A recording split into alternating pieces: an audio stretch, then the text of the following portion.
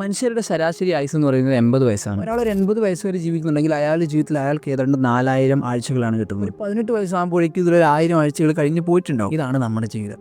എന്നിട്ട് ഒരുപാട് ആൾക്കാർ പല കാര്യങ്ങൾ ചെയ്യാൻ വേണ്ടിയിട്ട് ഒരു റൈറ്റ് ടൈമിന് വേണ്ടി വെയിറ്റ് ചെയ്ത് ജീവിതം വേസ്റ്റ് ആക്കും. നാളെ തുടങ്ങാം, അടുത്ത ആഴ്ച പോകാം, wait for that some day. എന്നാൽ അങ്ങനെ ഒരു സം ഡേ ഒരിക്കലും വരില്ല. ഇതൊരു മോട്ടിവേഷൻ വീഡിയോ ഒന്നുമല്ല, ഒരു റിമൈൻഡർ പോലെ കണ്ടാൽ മതി. ഒരു മനുഷ്യൻ ഏതാണ്ട് 26 വർഷത്തോളം മൊത്തം അയാളുടെ ജീവിതത്തിൽ അയാൾ ഉറങ്ങാനെടുക്കും. ആക്റ്റീവായിട്ട് മൊബൈൽ ഫോൺ യൂസ് ചെയ്യുന്ന ഒരാളാണെങ്കിൽ 8 മുതൽ 10 വർഷം വരെ അയാളുടെ ജീവിതത്തിൽ സ്ക്രോൾ ചെയ്യാനെടുക്കും. അപ്പോൾ 26 + 10 36 36 വർഷം ഇങ്ങനെ തന്നെ പോയി. പക്ഷേ ഇതൊന്നും നമ്മൾ ആരും ശ്രദ്ധിക്കില്ല, നമ്മുടെ ശ്രദ്ധയപ്പെടില്ല. എന്നിട്ട് നമ്മൾ വിചാരിക്കും ഇനി ഒരുപാട് സമയമുണ്ട് and wait for that perfect moment. 2024 അവസാനം വിചാരിച്ചു 2025 എന്തെങ്കിലുമൊക്കെ ചെയ്യണം. ഞാൻ ഈ വീഡിയോ അപ്ലോഡ് ചെയ്യുമ്പോൾ 2025 തീരാൻ ഇനി ഏതാണ്ട് 4 മാസത്തോളം ബാക്കിയുണ്ടാവും. എനിക്ക് നിങ്ങളോട് തന്നെ ചോദിക്കാം, എന്താണ് ചെയ്തത്? ഇതാണ് മൊബൈൽ ഫോൺ. ഇത് ആക്റ്റീവായിട്ട് യൂസ് ചെയ്യുന്ന ഒരാൾ മിനിമം 150 തവണയെങ്കിലും ഒരു ദിവസം പ്രത്യേകിച്ച് ഒരു കാര്യമില്ലാതെ ഇത് ചെക്ക് ചെയ്തുകൊണ്ടേയിരിക്കും. പിന്നെ സ്ക്രോൾ, ടാപ്പ്, സ്വൈപ്പ്, മണിക്കൂറുകൾ പോകുന്ന അറിയില്ല. ഇതാണ് നമ്മുടെ ബ്രെയിൻ. ഇതൊരു വല്ലാത്ത സാധനമാണ്. ഇതെപ്പോഴും കംഫർട്ടായിരിക്കാൻ മാത്രം ശ്രമിക്കുന്ന ഒന്നാണ്. എപ്പോഴും ഈ കംഫർട്ട്നെസ് തേടിക്കൊണ്ടേയിരിക്കും. അതുകൊണ്ട് തന്നെ ഇതൊക്കെ കയ്യിലുള്ളത് കൊണ്ട് നമ്മൾ വേഗം ഡിസ്ട്രാക്റ്റഡ് ആവും. നമുക്കൊന്നിലും ഫോക്കസ് ചെയ്യാൻ പറ്റില്ല. അങ്ങനെ എല്ലാ കാര്യത്തിലും നമ്മളൊരു എളുപ്പ പരിപാടി നോക്കും. അങ്ങനെ നമ്മളൊന്നിലും ഇമ്പ്രൂവ് ആകത്തുമില്ല. ന്യൂറോ സയൻറ്റിസ്റ്റുകൾ പറയുന്നത് വയസ്സാവും തോറും സമയത്തെക്കുറിച്ചുള്ള നമ്മുടെ ധാരണ മാറുമെന്നാണ്. അതായത് ചെറിയ പ്രായത്തിൽ നമുക്ക് സമയം വളരെ പതുക്കെ പോകുന്ന പോലെ നമ്മൾ വയസ്സായി വരുമ്പോൾ സമയം പറക്കുന്ന പോലെ നമുക്ക് ഫീൽ ചെയ്യും. തോന്നിയിട്ടില്ലേ? എന്തുകൊണ്ടാണെന്നറിയാം?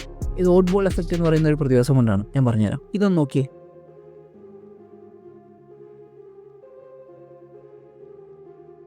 ഇതിൽ ഒരു സർപ്രൈസ് ഇമോജിയും ബാക്കി മൊത്തം ഹാപ്പി ഇമോജീസുമാണ്. നിങ്ങളുടെ അറ്റൻഷൻ പോയത് മൊത്തം ആ സർപ്രൈസ് ഇമോജിയിലേക്കാണ് അല്ലേ? ഇതിലെല്ലാ ഇമോജികളും സെയിം എമൗണ്ട് ഓഫ് ടൈം എടുത്തിട്ടാണ് സ്ക്രീനിൽ വന്നു പോയത്. പക്ഷേ നമ്മുടെ ബ്രെയിനിന് ഈ ഒരു ഇമോജി ഒരുപാട് നേരം സ്ക്രീനിൽ നിന്ന് പോലെ ഫീൽ ചെയ്യും, അല്ലെങ്കിൽ കുറച്ചും കൂടി ഇമ്പോർട്ടൻ്റ് ആണെന്ന് ഫീൽ ചെയ്യും. ഡിഫറൻ്റ് ആയിട്ട് നമ്മൾ എന്തൊക്കെ എക്സ്പീരിയൻസ് ചെയ്യുന്നു അതൊക്കെ നമുക്ക് ഒരുപാട് നേരം നിൽക്കുന്ന പോലെ തോന്നും. ഇതാണ് ഓട്ട് ബോൾ എഫക്റ്റ്. ഇനി ഇതെങ്ങനെ നമ്മുടെ ടൈം പെർസെപ്ഷനെ ബാധിക്കുന്നതെന്ന് ഞാൻ പറഞ്ഞുതരാം. നമ്മൾ കുട്ടികളായിരിക്കുമ്പോൾ ഒട്ടുമിക്ക എല്ലാ കാര്യങ്ങളും നമുക്ക് പുതിയ പുതിയ എക്സ്പീരിയൻസുകളാണ്. ഒരു ഓട്ട് ബോൾ പോലെ ആദ്യത്തെ സൈക്കിൾ, സ്കൂളിലെ ആദ്യത്തെ ദിവസം, ഓരോ ദിവസവും പുതിയ പുതിയ കാര്യങ്ങൾ നമ്മൾ എക്സ്പീരിയൻസ് ചെയ്യും. അങ്ങനെ ഒരുപാട് മെമ്മറി നമ്മുടെ ബ്രെയിൻ റെക്കോർഡ് ചെയ്യാനുണ്ടാവും. അവ സമയം പതുക്കെ പോകുന്നത് പോലെ തോന്നും, കാരണം ബ്രെയിൻ ഒരുപാട് കാര്യങ്ങൾ സ്റ്റോർ ചെയ്യണം. പക്ഷെ വലുതായി കഴിഞ്ഞാൽ എല്ലാ കാര്യങ്ങളും ഒരു റൂട്ടീൻ പോലെയായി മാറും. Wake up, scroll, work, eat, sleep, same pattern. പുതിയ മൊമെന്റ്സ് ഒന്നുമില്ല, ഓട്ട് ബോൾസ് ഇല്ല, അറ്റൻഷൻ കൊടുക്കാനും മാത്രം ഒന്നുമില്ല. സോ സമയം പറക്കുന്ന പോലെ നമുക്ക് ഫീൽ ചെയ്യും.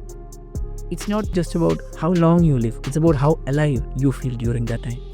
ഒരുപാട് ആൾക്കാർ പറഞ്ഞും കേട്ടും തഴമ്പിച്ചൊരു കാര്യമാണ്, പക്ഷേ ഇതാണ് സത്യം. ഇതേ നമുക്ക് ചെയ്യാനുള്ളൂ. Do it today. എന്തെങ്കിലും ഒരു കാര്യം ചെയ്യണമെങ്കിൽ പെർഫെക്റ്റ് ടൈമിന് വേണ്ടി ഒരിക്കലും വെയിറ്റ് ചെയ്യരുത്. ഇന്ന് തന്നെ ചെയ്യണം, കാരണം അങ്ങനെ ഒരു പെർഫെക്റ്റ് ടൈമോ ശരിയായ ദിവസമോ ഇല്ല.